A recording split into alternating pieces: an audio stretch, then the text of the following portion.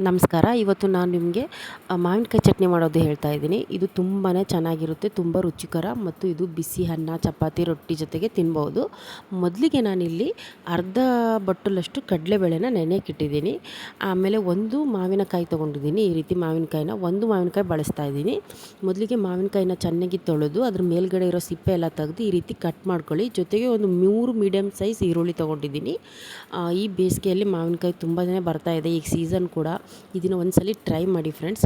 ಮೊದಲಿಗೆ ಮಿಕ್ಸಿ ಜಾರಲ್ಲಿ ಅರ್ಧ ನಾನು ಕಟ್ ಮಾಡ್ಕೊಂಡಿರೋ ಮಾವಿನಕಾಯಿ ಈರುಳ್ಳಿನ ಹಾಕ್ತಾಯಿದ್ದೀನಿ. ಆಮೇಲೆ ಸ್ವಲ್ಪ ಜೀರಿಗೆ, ಆಮೇಲೆ ನೆನೆಸಿರೋ ಕಡಲೆಬೇಳೆ, ಆಮೇಲೆ ಅರಿಶಿನ, ಉಪ್ಪು ಮತ್ತು ಖಾರದ ಪುಡಿ ಹಾಕ್ತಾಯಿದ್ದೀನಿ. ಆಮೇಲೆ ಮತ್ತು ಮಿಕ್ಕಿರೋದನ್ನ ಈರುಳ್ಳಿ ಮತ್ತು ಮಾವಿನಕಾಯಿ ಇದೆಲ್ಲ ಅದನ್ನು ಮಿಕ್ಸ್ ಮಾಡ್ತಾಯಿದ್ದೀನಿ. ಇಷ್ಟೇ ಐಟಮ್ಸ್ ಬೇಕಾಗಿರೋದು, ತುಂಬ ಐಟಮ್ಸ್ ಏನೂ ಬೇಕಾಗಿಲ್ಲ. ಆ್ಯಂಡ್ ಇದನ್ನು ನೀವು ತುಂಬ ದಿನ ಇಟ್ಟು ಕೂಡ ತಿನ್ಬಹುದು. ಫ್ರಿಜ್ಜಲ್ಲಿ ನೀವು ಇದನ್ನ ಇಟ್ಟು ಬೇಕಿದ್ರೆ 2-3 ದಿನ ಬಳಸ್ಬೋದು. ಎಲ್ಲರೂ ಔಟಿಂಗ್ ಹೋಗ್ತಿದ್ರೆ, ಹೊರಗಡೆ ಹೋಗ್ತಿದ್ರೆ ಈ ರೀತಿ ಮಾಡ್ಕೋಬೋದು. ಇನ್ನೊಂದು ಪಾತ್ರೆಯಲ್ಲಿ ಒಂದು ಸ್ವಲ್ಪ ಎಣ್ಣೆ ಹಾಕಿ ಅದಕ್ಕೆ ಜೀರಿಗೆ ಮತ್ತು ಬೆಳ್ಳುಳ್ಳಿ ಜೀರಿಗೆ ಮತ್ತು ಬೆಳ್ಳುಳ್ಳಿ ಎರಡೂ ಕೆಂಪಾಗಬೇಕು. ಕೆಂಪಾದ್ರೇ ಬೆಳ್ಳುಳ್ಳಿ ರುಚಿ ಚೆನ್ನಾಗಿರುತ್ತೆ. ಆಮೇಲೆ ಈ ರೀತಿ ತರಿಯಾಗಿ ರುಬ್ಬಿರೋ ಪೇಸ್ಟ್ನ, ಮಾವಿನಕಾಯಿ ಪೇಸ್ಟ್ನ ಅದಕ್ಕೆ ಹಾಕಿ ಮಿಕ್ಸ್ ಮಾಡಬೇಕು. ಸ್ವಲ್ಪ ಬಿಸಿ ಆದ ಕೂಡಲೇ ಬಂದ್ ಮಾಡಿ ಸಾಕು, ಮಾವಿನಕಾಯಿ ಚಟ್ನಿ ರೆಡಿ ಆಯಿತು.